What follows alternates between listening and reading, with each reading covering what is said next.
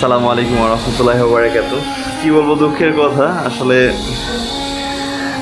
কিছুক্ষণ আগে maybe video upload করছিলাম। আজকে দুপুর 1টার সময় আমার রুমের সিলিং ফ্যানটা কোনো দুর্ঘটনাবশত ছিঁড়ে পড়ে যায়, জাস্ট একটা অ্যাক্সিডেন্টালি। আমার পায়ে আঘাত পায়। আমার সাথে একটা ছোটো ভাই ছিল, ওর চোখের এই জায়গা থেকে এই জায়গা পর্যন্ত কেটে গেছে, প্রায় 3টা সেলাই পড়ছে, আর আমার পায়ে লাগছে। ঘুমন্ত অবস্থায় ছিলাম।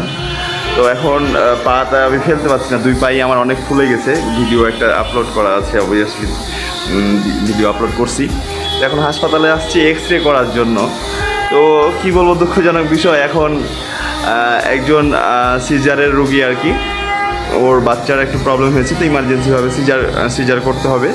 তো এখন বি পজিটিভ রক্তর প্রয়োজন, আর আমি হচ্ছি সেই বি পজিটিভ ডোনার আর কি।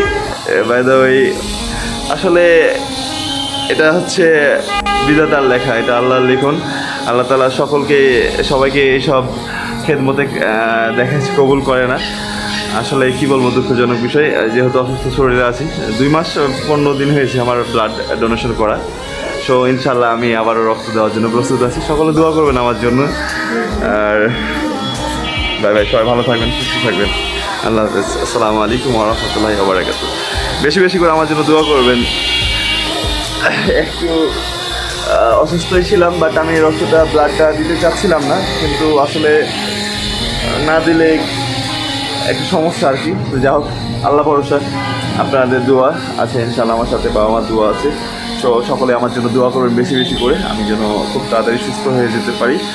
আর অ্যাকচুয়ালি আমার পার্সোনালিটি প্রবলেম যেটা হচ্ছে আছে, যারা আমার কাছের মানুষ তারা জানেন। তো দোয়া করবেন সকলে আমার জন্য। ইনশাআল্লাহ।